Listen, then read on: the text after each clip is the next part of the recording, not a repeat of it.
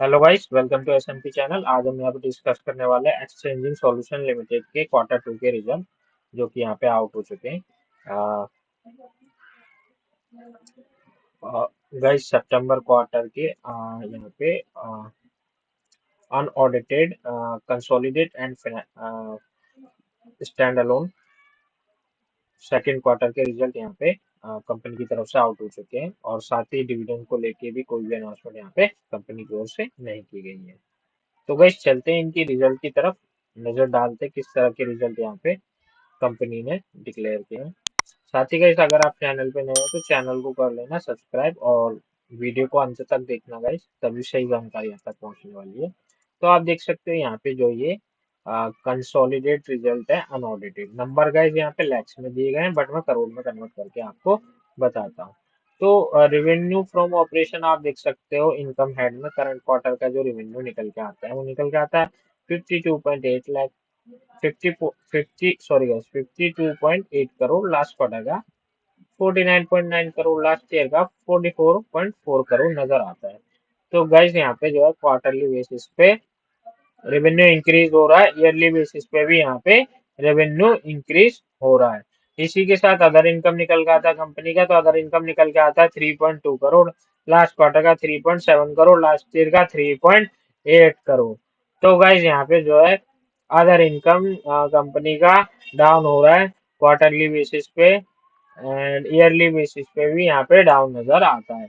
इसी के साथ टोटल इनकम निकल के आता है कंपनी का 56.1 करोड़ लास्ट क्वार्टर का, 53.7 करोड़ लास्ट ईयर का, 48.3 करोड़ नजर आता है। तो यहाँ पे टोटल इनकम गाइस निकल के आ रहा है कंपनी का, इंक्रीज हो रहा है क्वार्टरली बेसिस पे भी एंड ईयरली बेसिस पे भी इंक्रीज हो रहा है।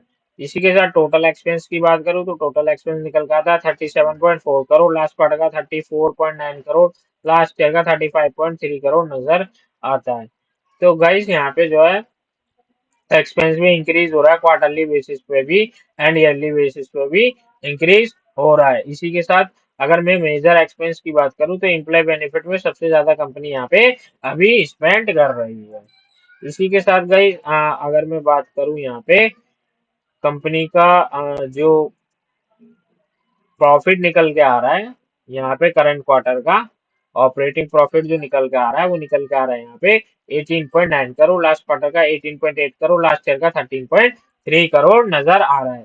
तो यहाँ पे जो है कंपनी का जो है ऑपरेटिंग प्रॉफिट भी इंक्रीज हो रहा है क्वार्टरली बेसिस पे भी एंड ईयरली बेसिस पे भी इंक्रीज हो रहा है।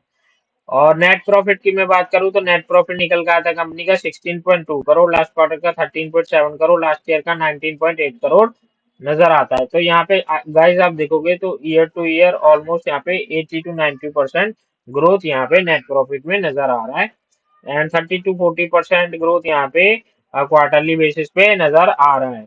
इसी के साथ अगर मैं ईपीएस का कंपैरिजन करूं तो ईपीएस निकल के आता है करंट क्वार्टर का 1.46 रुपीज, लास्ट क्वार्टर का 1.24 रुपीज, लास्ट ईयर का 0.88 रुपीज नजर आता है।